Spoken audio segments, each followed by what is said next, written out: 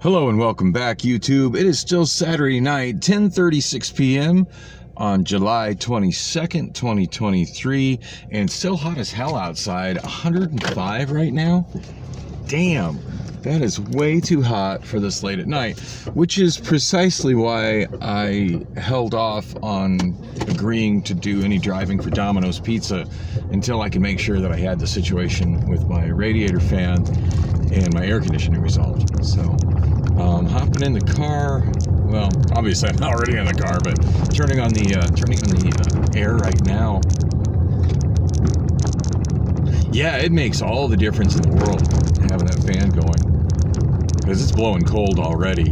And it used to be I couldn't get any air out of it until I was on a road where I was driving at least 45 miles per hour. Like, there's got to be a certain level of airflow in order for the condenser to be effective for doing the air conditioning, and that seems to be about what it is.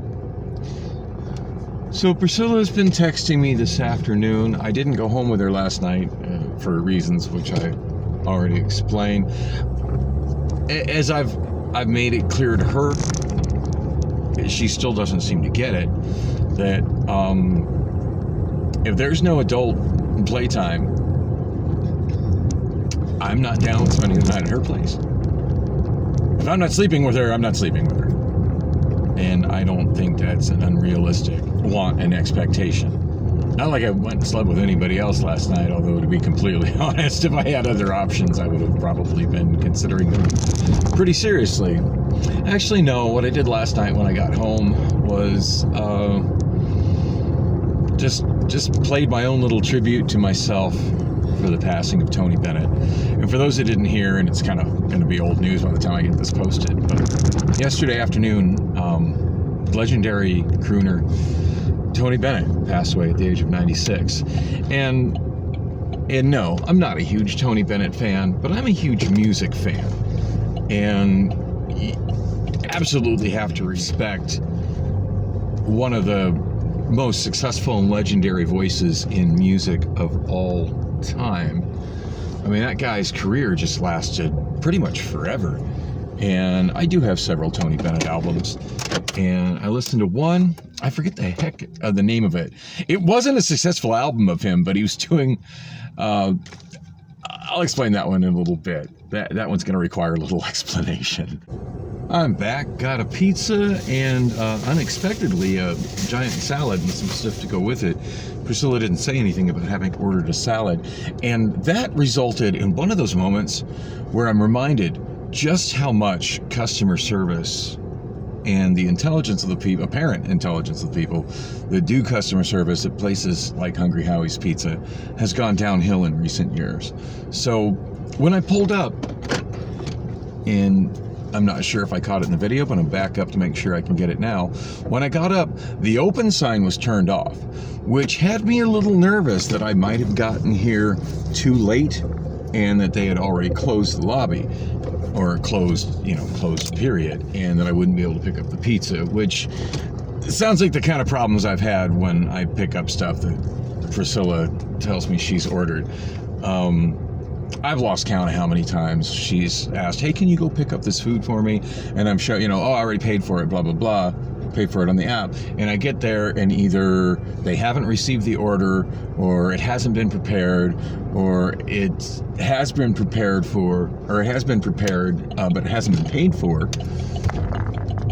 Or worst case scenario, I get there and the place is closed. So I completely wasted my time and my gas going to wherever I went. Anyway, so when the sign wasn't on, it made me nervous. I went in and I told the guy that I was worried that they might have been closed since the open sign wasn't on. And he just seemed very confused by that. And he's like, whoa, oh, it's not on? How can you be so oblivious to something like that when you work here, dude? That's kind of your job. So he turned it on. All it took was turning on a switch inside. Apparently it's on a switch behind the counter inside the building.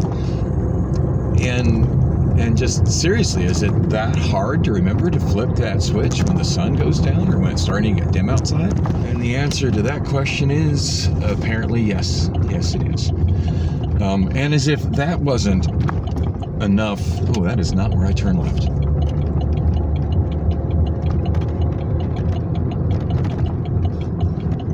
As if that wasn't enough to go around on this particular trip in there.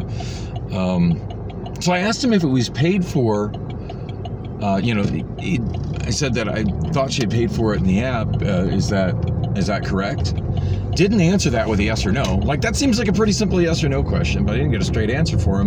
Instead, he walks around to the back without answering my question with a blank stare on his face. Comes back with the pizza and then walks away and leaves again. And part of me wanted to just walk off with the pizza and call it good, and I'm glad I didn't, because Priscilla didn't inform me that she had also ordered a salad, and apparently he was going to either make the salad or get the salad. So he comes back with the salad, still hasn't really answered my question whether she's paid for it or not, but at this point I'm already resolved to just pick up the stuff and go, and if it's not paid for, I figure it's not my problem. Because I've been told it's paid for. It's not my order. Another name on the order. I said straight up when I picked it up, Daniel picking up for Priscilla.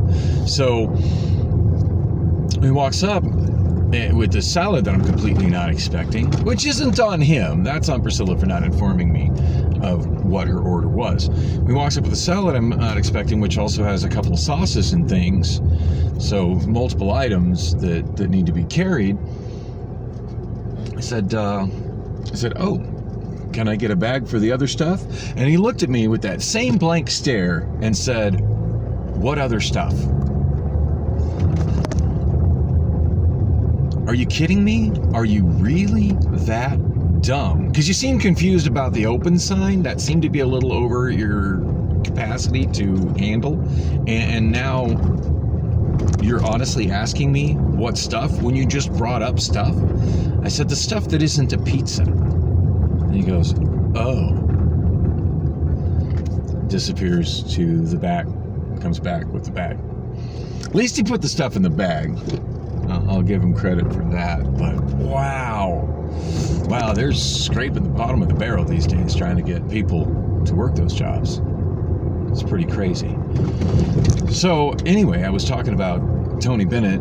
I did look up the name of that album, and it's called Tony Sings the Great Hits of Today. Came out in 1969, and mind you, by 1969, the landscape of popular music had changed greatly from the heyday of his career decades earlier. Tony Bennett, still a legendary artist, but having a tough time selling records in a music climate where hot artists were the Beatles and the Stones and the Doors and that kind of sound. And his older fans probably not really buying new music anymore. That's something that just keeps happening with every generation.